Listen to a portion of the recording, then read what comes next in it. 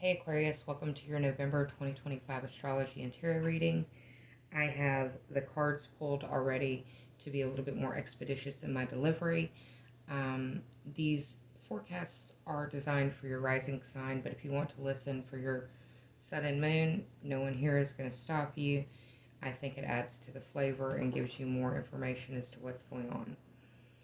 So let's start it off, shall we, Aquarius? On the 4th, we've got Mars, the planet of like energy, aggression, accidents, the god of war, is moving into Sagittarius, your 11th house of social connection and social networking.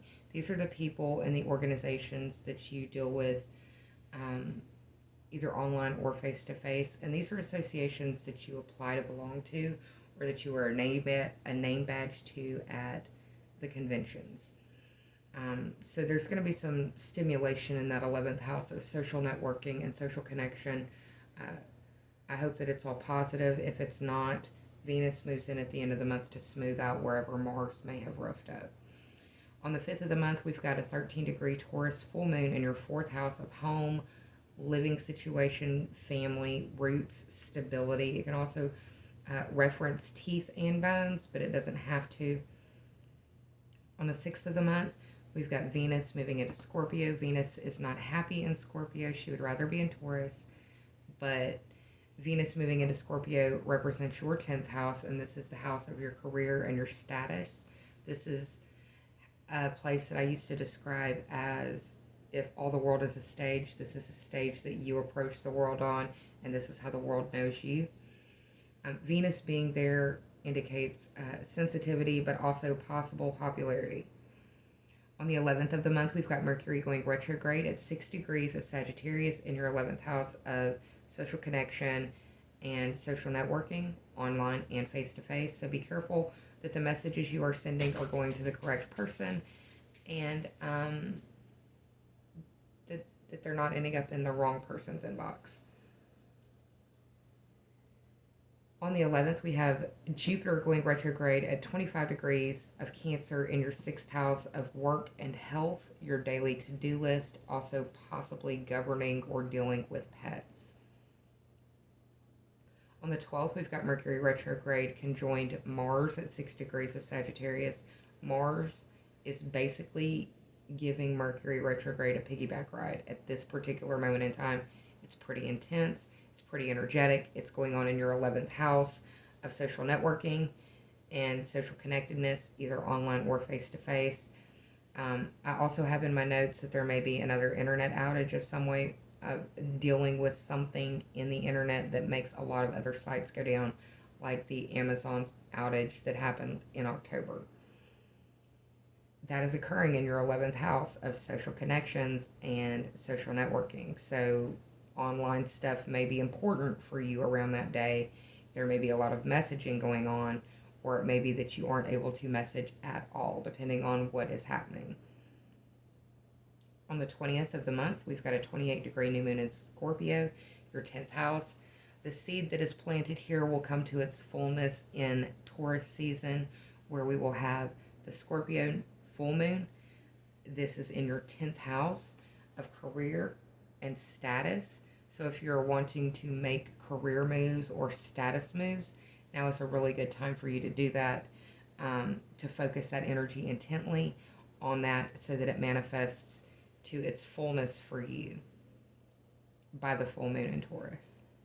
On the 21st, we've got Mercury retrograde conjoining Lilith at 26 degrees Scorpio, and I have a feeling we're going to be hearing about Epstein or Ghislaine Maxwell back in the news around this time. For you, this occurs in the 10th house, just like where the new moon occurred. Focus on career, focus on social networking. That's the focus for the month.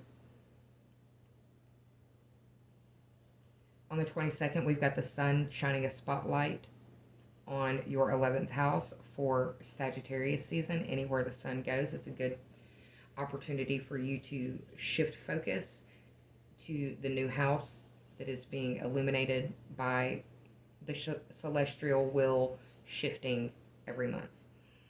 This sun moving into Sagittarius is your 11th house of your social networking and your social connections, online or face to face. On the 25th, we have Mercury retrograde conjoining Venus at 22 degrees of Scorpio. In my notes, I'm asking who died because 22 degrees is in degree theory associated with a kill or be killed uh, energy. Because Venus is involved, I'm assuming it's a female. It's happening in your 10th house, so you may be hearing of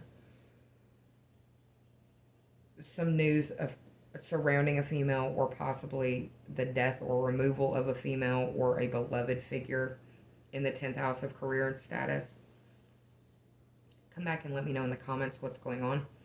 On the 29th, Mercury goes direct at 20 degrees of Scorpio. This is in your 10th house.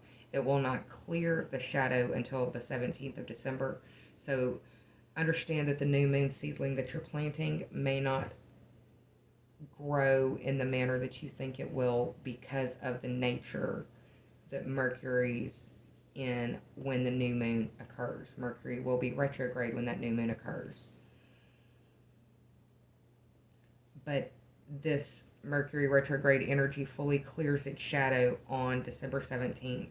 So if you want to wait until the 17th to launch any career plans, that would probably make a more solid route, if you will. On the 30th, we have Venus moving into Sagittarius. This is your 11th house of social connections and face-to-face networking. Again, like I said, the focus this month is on that 10th and 11th house. You are wanting to make big moves, Aquarius. It's understandable. There's a lot going on, and Pluto is firmly at the very beginning of your sign. So we're going to shift to the tarot and oracle cards. The first card that I pulled for you is the Nine of Pentacles. Nine of Pentacles represents someone who has luxury and is enjoying the fruits of their labor and the wealth and resources that are around them. Does not have a care in the world. I really feel like this is speaking to the Venusian movements that are occurring in the month of November for you. Venus moving into Scorpio in that 10th house. And then at the end of the month in the 11th house. The second card is a major arcana. It is the Judgment card. And now is a good time for you to reflect and reassess what's going on in your career house, in your social life, and see if it is reflective of what you want and emblematic of everything that you stand for. Now is a time of judgment, and Pluto being in your sign, Aquarius, means that you have to be discerning about who you spend your time, energy, and resources on, who is worth it and who is not. Be calculated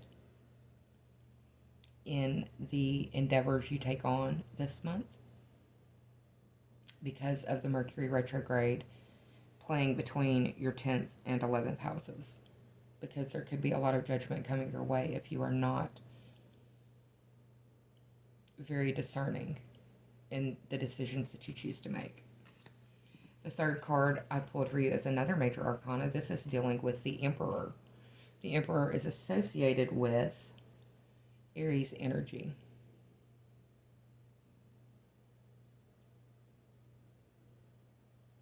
There isn't any Aries going on in this chart right now, but that doesn't mean that the people that you're dealing with won't have Aries energy. I feel like, as a matter of fact, honestly, you don't have Aries showing up, but you do have the ruler of Aries, Mars, moving into Sagittarius, your 11th house, at the very beginning of the month.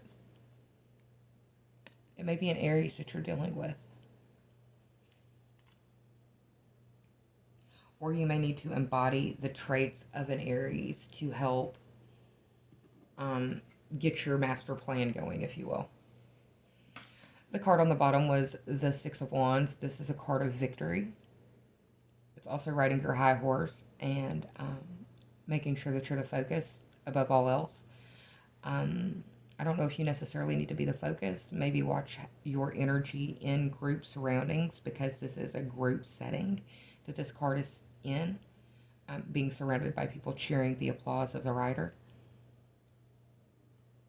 Don't be afraid to clap for other people, because they'll notice when you don't clap, they won't clap for you. There is enough for everyone. Don't be greedy. Okay? The oracle card that I pulled from the Animal Apothecary by Carrie Elizabeth is no expectations. It's the 22nd card of this deck. And for me, I'm noticing at first the Black Panther. I'm noticing the door. It's locked, guarded by this Black Panther. There are stairs and a key.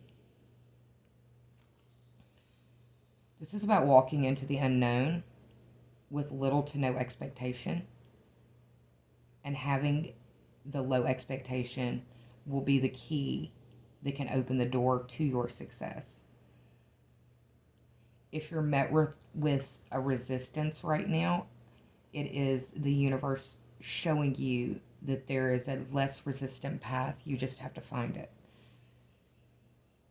Remember that failure can now lead to success within the next 3 years. So come back and see me in 2028 and let me know what's going on. Let me know what happened with that new moon seedling in your 10th house. But something profound is on the horizon for you.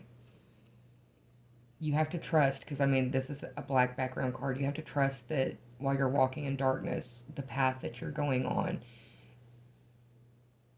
you're being led by your heart and your gut.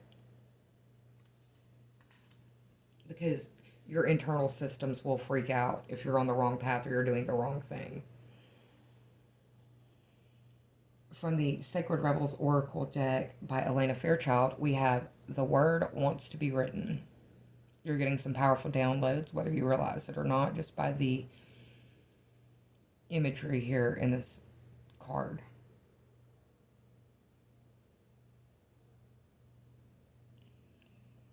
Now is not a time of immediate gratification.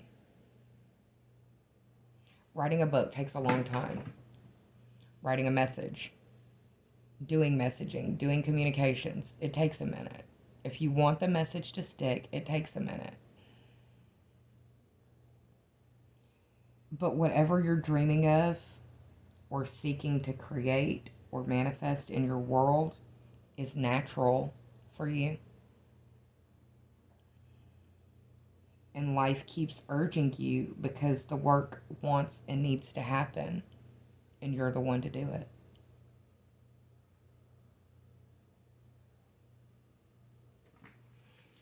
The final card that I pulled for you from the Psychic Tarot Oracle deck by, I think it's John Holland.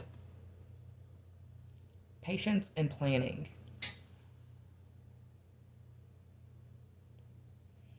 How much planning did it go into building these 2 columns that you see right here? Drawing the plans, gathering the materials, getting the money to pay for it. Took a lot. Took a lot. It's saying to me that good things come to those who wait. That right now, especially with the Mercury retrograde that's going on, that this is a season, a time, a moment for you to pause and reflect, reassess for the relaunch after the Mercury retrograde clears its shadow on the 17th of December. Take this time to pause and be calculated in your planning, because there is something that wants to take off for you, and it can be life-changing for some of you. But it is about the plan and the execution and how you bring it to be. I also pulled for you a fortune cookie oracle. I've collected many over the years, and I wanted to share some of this wisdom with you and give you the lucky numbers for maybe you to use that will bless or uplift you in some way throughout the month. Don't waste time on what might have been. And the lucky numbers are 17, 52, 28, 53, 55, and the number 1. I hope you're well, Aquarius. I love you. I'll see you in December.